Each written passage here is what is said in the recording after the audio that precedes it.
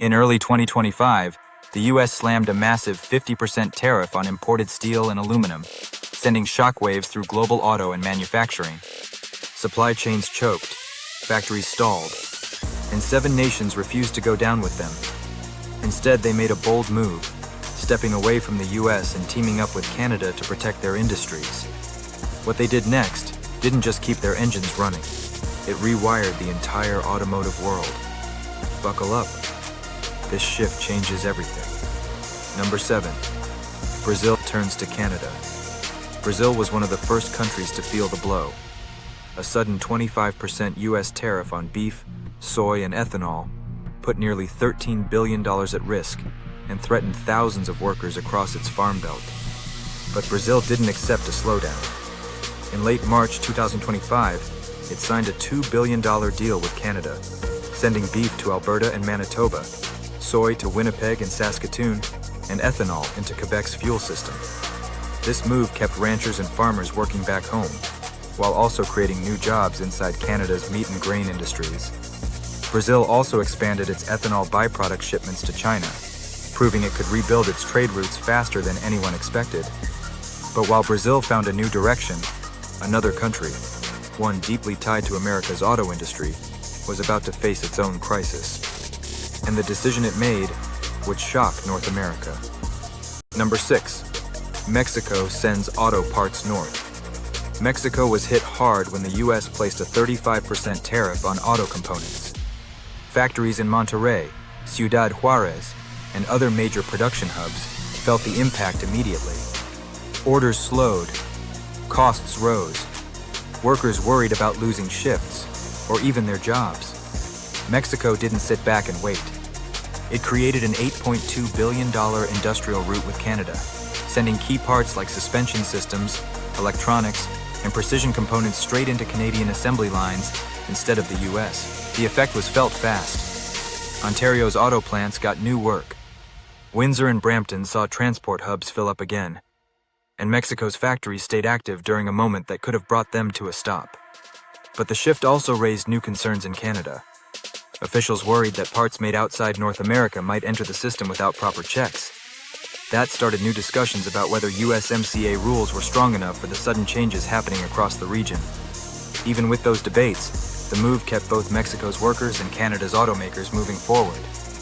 And while this new setup settled into place, another country, far from North America, was getting ready to push a large part of its economy toward Canada as well. Number 5. Australia sends its minerals to Canada. Australia's mining sector, one of the strongest in the world, ran straight into trouble when the U.S. placed a 30% tariff on iron ore and lithium.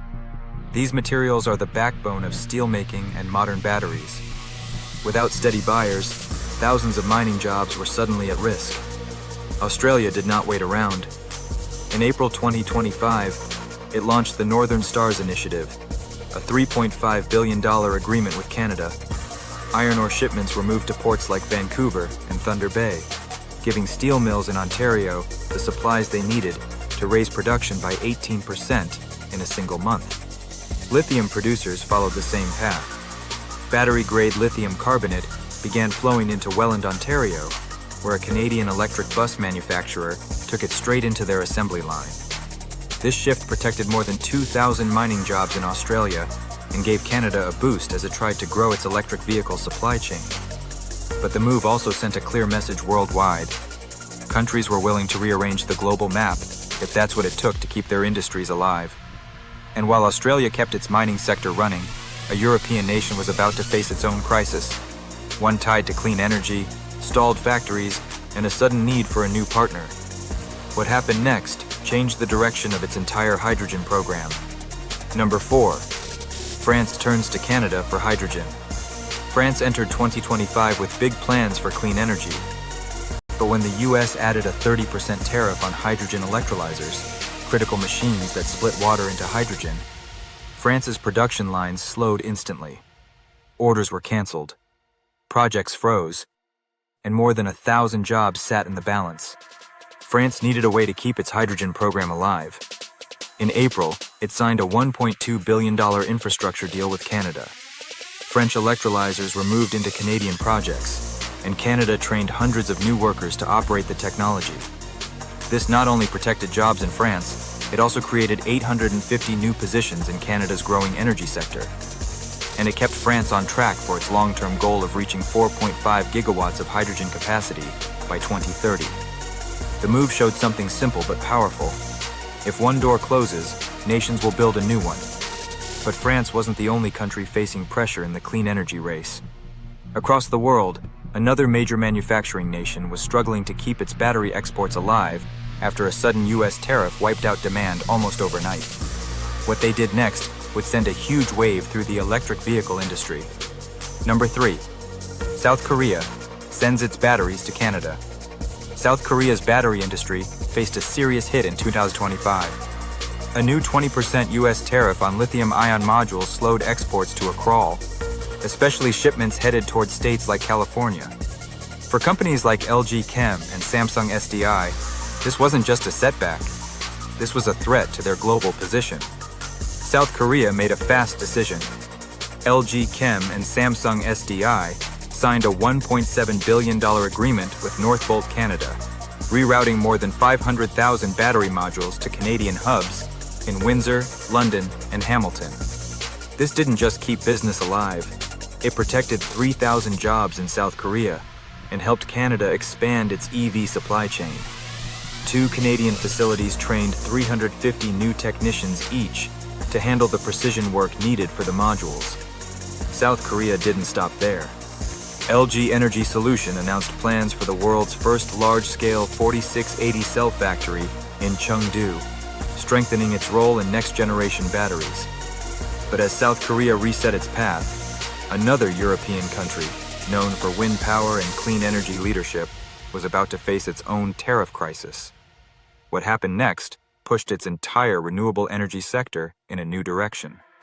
Number 2. Denmark moves its green power to Canada.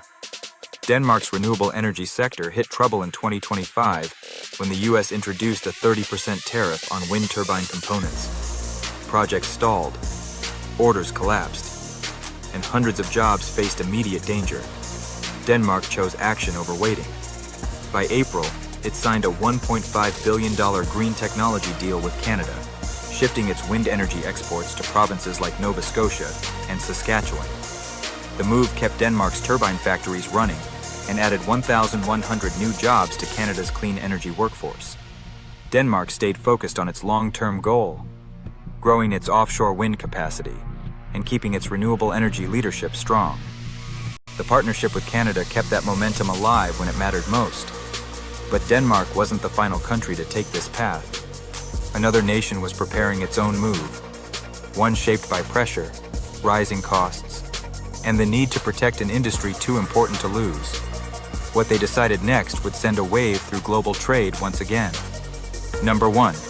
Germany builds 2 new paths with Canada. Germany faced one of the toughest moments in 2025. A 25% US tariff on vehicles and auto parts hit straight at the center of its economy. Factories slowed. Supply chains shook. Thousands of jobs were suddenly at risk across its major car-producing regions. Germany acted fast. It formed a $10 billion duty-free auto parts deal with Canada, sending key components to Canadian plants to keep production moving. This kept assembly lines running, kept workers on the job, and protected the flow of parts that German automakers depend on. But Germany didn't stop with cars. At the same time, it created a hydrogen partnership with Canada to secure long-term access to clean energy. The agreement ensured a stable supply of Canadian hydrogen, something Germany sees as essential for future vehicles and industry. By the middle of 2025, Germany had built 2 lifelines, one for its auto sector and one for its energy future. These moves showed how far countries were willing to go to keep their industries alive in a world suddenly reshaped by tariffs. The US tariffs of 2025 didn't just disrupt business.